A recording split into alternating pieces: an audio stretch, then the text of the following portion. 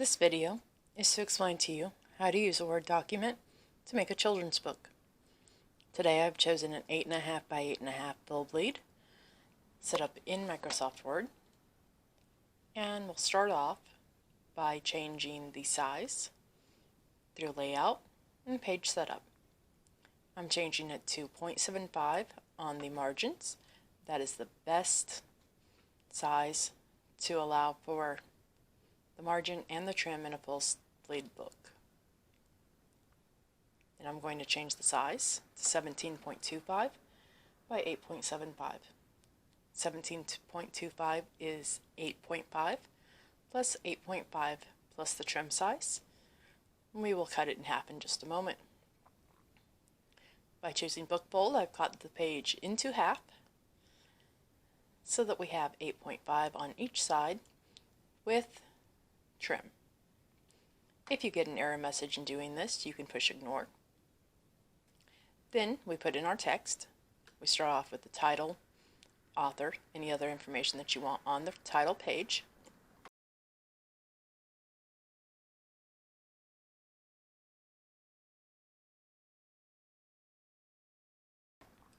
The second page is the copyright.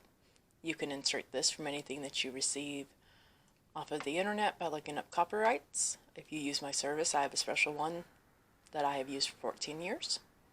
The third page is the dedication. By putting in the third page, you will make the next two pages side by side when someone is reading the book. Now, we are going to insert the image. The first image I've inserted here, I will double check the size. And the size is actually too small to go through any of the printers. All printers would like 300 plus DPI. If you do this and you have under 300, you will receive an error message. If your DPI is far too low, they will not accept the book. At 220, as the image is showing you, they will accept the book, but you will receive an error message that you can bypass.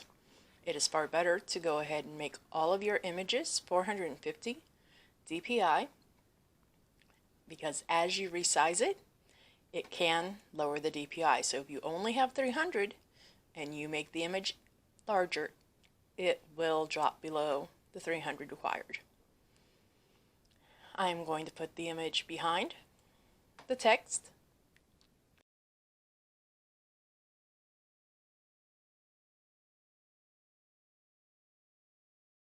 I'm going to double check that changing the size did not mess up the DPI, and then I'm going to insert our text. Now you can put the text directly over the image, or you can create a text box. When you create a text box, I do suggest that you remove the outline because nobody wants the black outline. There are many things that you can do with the text box that I'm not showing here today. We are just doing a nice simple text box today. Once you are done with that, you will want to save your file.